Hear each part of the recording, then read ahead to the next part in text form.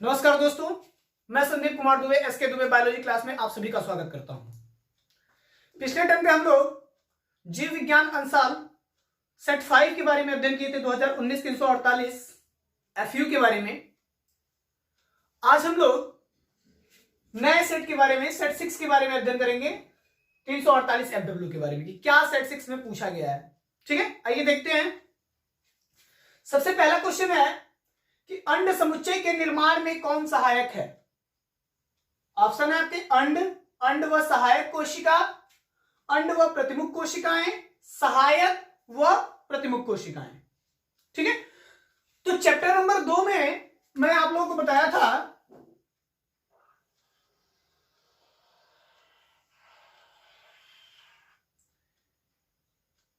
जायांग के अंदर जो अंडाकार कोशिकाएं होती हैं उस अंडाकार संरचना में 3 ऊपर की तरफ कोशिकाएं, 3 नीचे और बीच में 2 कोशिकाएं अन्य होती हैं जो एक केंद्रक में क्या होती हैं। तो ऊपर की 3 कोशिकाओं को हम नाम एंटीपोडल सेल्स कहते हैं, अर्थात प्रतिमुख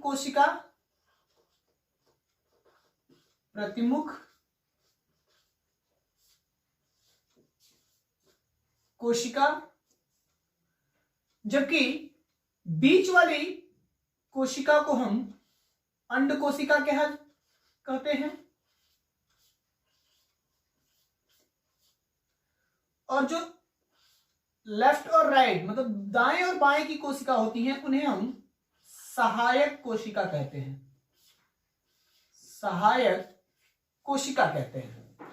बीच वाली कोशिका को द्विध्रुवीय कोशिका, केंद्रक, इसको द्विध्रुवीय कोशिका भी कहते हैं। ठीक है ना। अब जब कोशिकाओं की स्थिति पूछती है तो 3 ऊपर की तरफ, 3 नीचे की तरफ का, एक बीच में।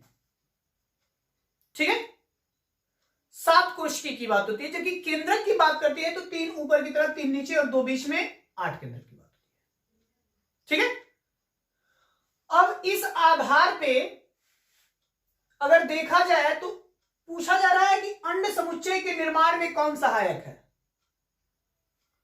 तो समुच्चय का मतलब होता है समान रूप से उसके साथ। तो यहां पे जो 2 कोशिकाएं आपको सहायक कोशिका दिख रही हैं वो अंड कोशिका के साथ हैं, तो ऑप्शन अंड तो सही होगा नहीं, तो दूसरी ऑप्शन हमारी क्या होगी, सही होगी, जिसमें दिया है अंड व सहायक कोशिका, ये ऑप्शन सही होगी।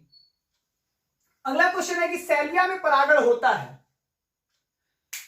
जल द्वारा, वायु द्वारा, कीटों द्वारा, इनमें से कोई नहीं। सैल्विया, ठीक है, एक पुष्प है, यहां पे देखिए जल द्वारा परागण, देखिए सबके द्वारा होता है, जल द्वारा भी होता है, वायु द्वारा भी होता है, कीटों द्वारा भी होता है, इनमें से कोई नहीं। तो इनमें से कोई नहीं ऑप्शन तो ऐसे ही गलत हो जाएगा, जल द्वारा पुष्प में होगी नहीं।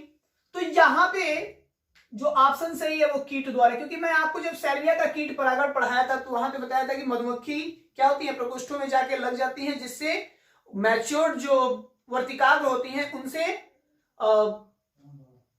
अंड कोशिका लग जाती हैं जो दूसरे पुष्प पे चली जाती हैं, जिससे परागण प्रक्रिया संभव होती है। सैल्विया में कीट परागण होता है, तो कीटों के द्वारा ऑप्शन सही होगा।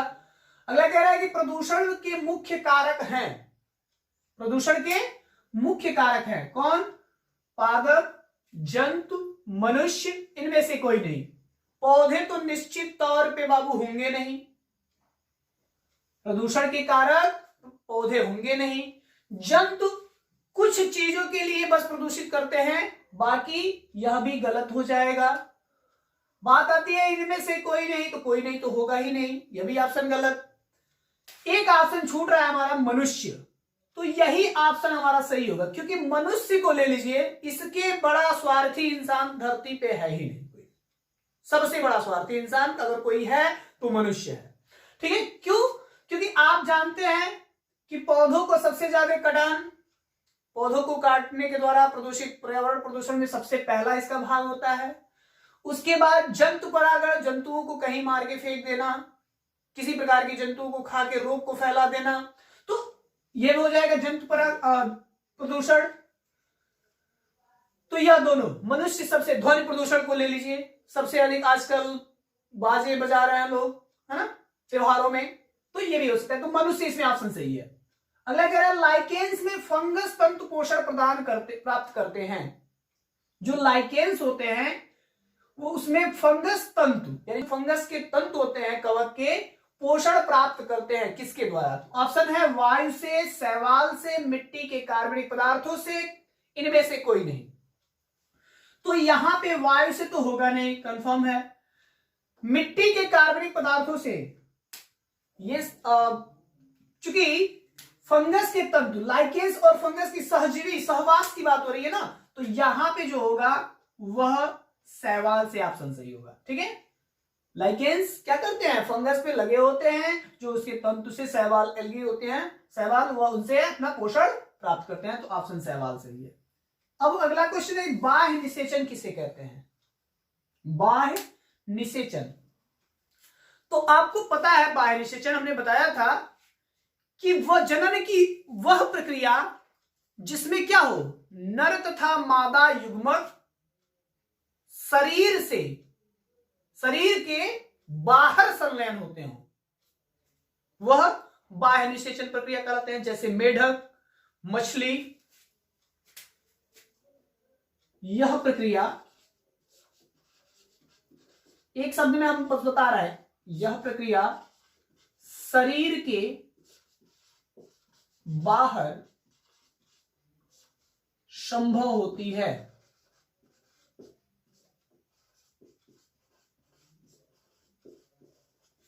ठीक है, जिसमें युग्मनस क्या होते हैं? नर युग्मक तथा मादा युग्मक, ब्रैकेट में नर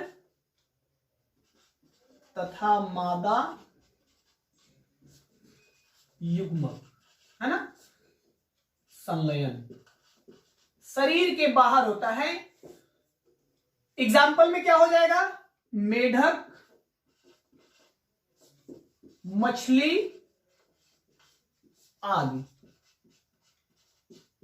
आप देखिए मेढक के जितने भी लार्वे होते हैं, अंडो कोशिकाएं होती हैं, या मछली की जो अंड कोशिका होती है, लार्वा होती है, वह उन्हें क्या कर देती है? बाहर त्याग कर देती हैं, और उसे जो स्पर्म होते हैं वो बाहर, मादा मछली निकल के क्या होती है? उसका संलयन होता है, और तत्पश्चात बाहर ही उनका निर्माण होता है, परिवर्धन होता है। तो वह यह प्रक्रिया क्या होती है? शरीर के बाहर संभव होती है, नर तथा मादा युग्मक, उसको हम क्या कहते हैं? बाह्य निषेचन कहते हैं। अंतः निषेचन किसे कहते हैं?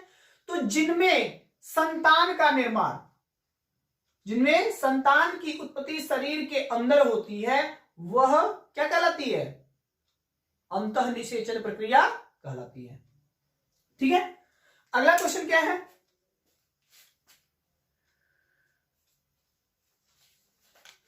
अगला क्वेश्चन है जैव प्रौद्योगिकी की परिभाषा लिखिए। जैव प्रौद्योगिकी की परिभाषा लिखिए।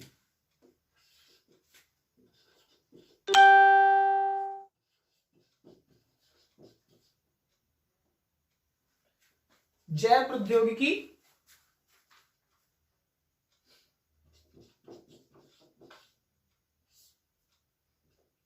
की परिभाषा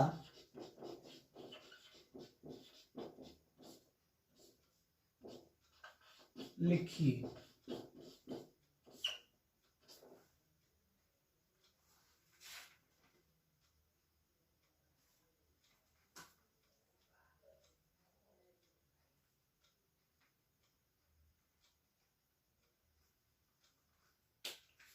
जैव प्रौद्योगिकी किसे कहते हैं? तो जिसके अंतर्गत मानव कल्याण हेतु सूक्ष्म जैविकी यानी जैव प्रौद्योगिकी, जैव सूक्ष्म जैविकी को बढ़ावा देने हेतु, मानव कल्याण के सूक्ष्म जैविकी को बढ़ावा देने हेतु जिन प्रौद्योगिकियों का यानी जिन यंत्रों का प्रयोग किया जाता है, वह प्रक्रिया जैव प्रौद्योगिकी प्रक्रिया कहलाती है। ठीक है, अगला क्वेश्चन है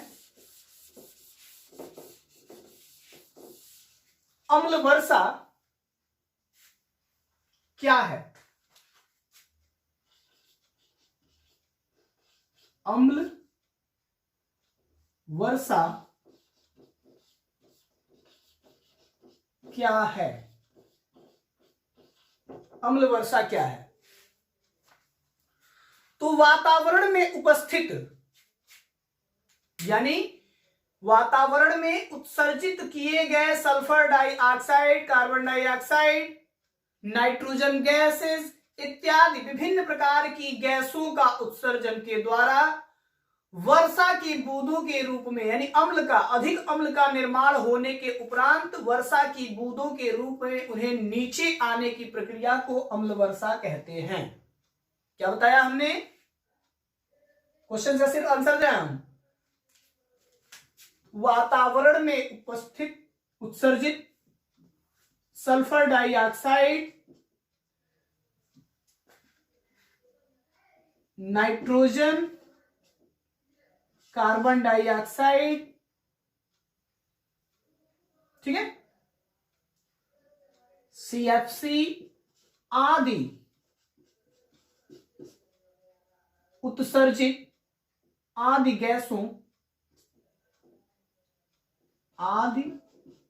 गैसों के उत्सर्जन से वातावरण में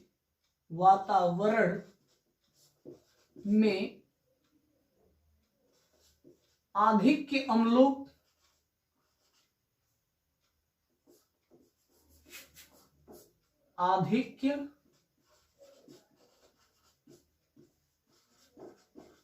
अम्लों का निर्माण होना, तत्पश्चात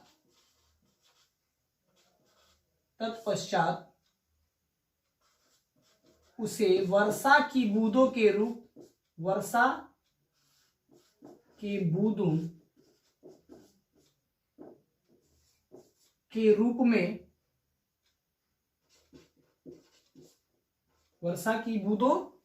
रूप में पृथ्वी पर आने की प्रक्रिया,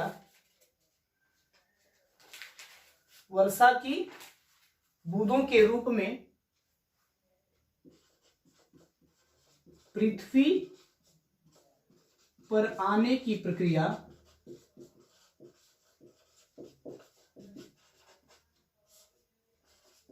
अम्ल वर्षा कहलाती है। अम्ल वर्षा कहलाती है। अम्ल वर्षा कहलाती है।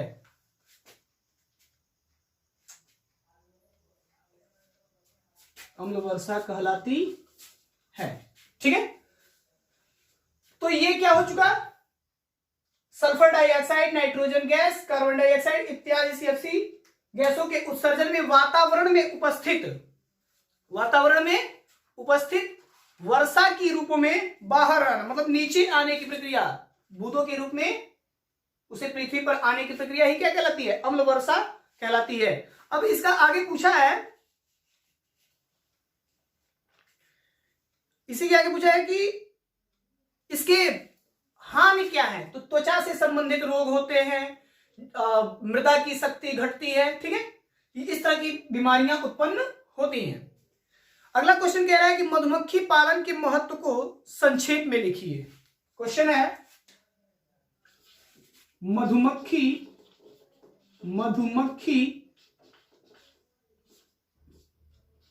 पालन के महत्व को संक्षेप में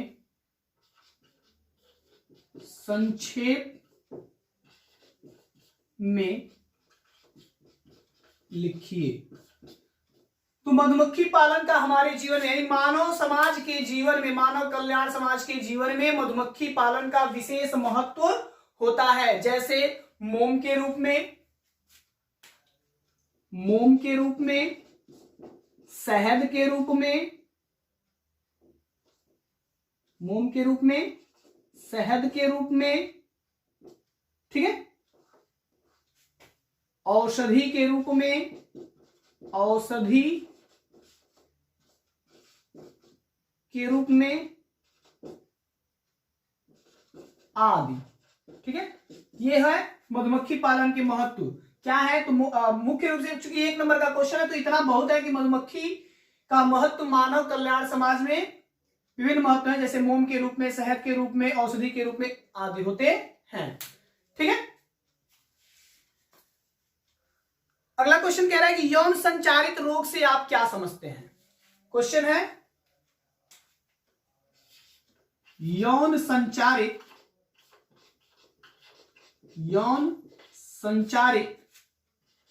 रोग से आप क्या समझते हैं।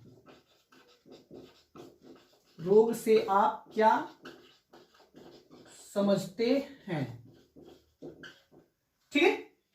तो इसके द्वारा यौन संचारित, यौन का मतलब आप समझते हैं कि संभोग के टाइम, ठीक है, सहवास के टाइम जो चीज क्या होती हो, संभोग के टाइम क्या चीज होती है। ठीक है। यौन संचारित रोग यानी यौन से संबंधित लैंगिक प्रक्रिया के समय होने वाले जीवाणु तथा विषाणु यानी फैलने वाले रोग को ही हम यौन संचारित रोग कहते हैं। ठीक है। लैंगिक प्रक्रिया के समय अर्थात संभोग के समय जो भी रोग उत्पन्न होती हैं जीवाणु तथा विषाणुओं के कारण, ऐसे रोगों को हम क्या कहते हैं, यौन संचारित रोग के नाम से जानते हैं। पुनः मैं रिपीट कर रहा हूं क्योंकि जगह कम है इसलिए मैं रिपीट कर दे रहा हूं कि यौन के संबंधित मतलब यौन से संबंधित रोगों को अर्थात संभोग के समय उत्पन्न होने वाले विषाणुओं तथा जीवाणुओं जैसे रोगों को यौन संचारित, फैलने वाले रोगों को यौन संचारित रोग कहते हैं। लैंगिक संपर्क के समय जीवाणुओं तथा विषाणुओं के द्वारा फैलने वाले रोगों को यौन संचारित रोग कहते हैं। ठीक है। अगला क्वेश्चन क्या कह रहा है, मेंडल के प्रभाविता नियम का आरेखी प्रतिकरण द्वारा स्पष्ट कीजिए। क्योंकि आरेख तो हम बना नहीं सकते अभी, क्योंकि ऊपर भी हम मिटाएंगे तो फिर आप लोगों को दिक्कत होगा। स्क्रीनशॉट ले लीजिए, बस बता दे रहे हैं कि प्रभाविता नियम होता क्या है। अगले पार्ट में मैं आपको आरेखी इस प्रश्न का जवाब दे दूंगा। ठीक है। मेंडल का प्रभाविता नियम, जब दो कोई जीन एक साथ किसी विपर्यासी लक्षणों के द्वारा एक साथ जाना, किसी युग्मों में क्या होना, एक साथ जाना, किंतु उनमें से किसी एक का प्रदर्शन होना प्रभावी लक्षण कहलाता है। किसी युग्म विकल्पी लक्षणों को एक साथ दूसरे पीढ़ी में जाना, एक पीढ़ी से दूसरे पीढ़ी में किसी युग्म विकल्पी लक्षणों को एक साथ जाना, किंतु एक का प्रदर्शन होना ही प्रभावी लक्षण कहलाता है। अर्थात जो क्या हो, दो ऐसे जीन लक्षण हो जो एक साथ माता पिता से संतान में जाते हो, किंतु संतान में सिर्फ किसी एक का ही प्रदर्शन होता हो, या तो माता का नहीं तो पिता का, ऐसे लक्षण को प्रभाविता मतलब प्रभावी रूप से जो हावी होता है वही प्रभाविता कहलाता है। ठीक है। तो ये प्रभाविता, मेंडल का प्रभाविता नियम कहलाया। ठीक है। तो ये आपके ये पार्ट्स थे, आप स्क्रीनशॉट ले लीजिएगा, इसको तैयार कर लीजिएगा अच्छे से। बिल्कुल आप तैयारी करते रहिए, मैं आपको सेट देता रहूंगा। 1 नंबर और 2 नंबर वाले क्वेश्चंस को मैं बता रहा हूं, बाकी 3 नंबर और 5 नंबर पीडीएफ से द्वारा तैयार कर सकते हो, दिए हुए नोट्स से, और मेरे वीडियो को देखकर भी आप तैयार कर सकते हो। जिस किसी को दिक्कत हो रहा है वो मुझसे बात करके पीडीएफ ले सकता है, तैयारी कर सकता है। हाँ, अगर टाइम बचता है, जैसे ये पहले सॉल्व हो जाते हैं समय से पहले, तो निश्चित तौर पे मैं आप लोगों को 2 नंबर कह रहा है 3 नंबर और 5 नंबर वाले क्वेश्चंस को भी सॉल्व कराऊंगा। ठीक है। जो लोग अभी सब्सक्राइब नहीं किए हमारे चैनल को, वो सब्सक्राइब कर दें ताकि उनको अधिक से अधिक वीडियो प्राप्त हो सके और वो तैयारी अपना अच्छे से कर सके, मोर देन 85 नंबर ला सके। ठीक है। धन्यवाद।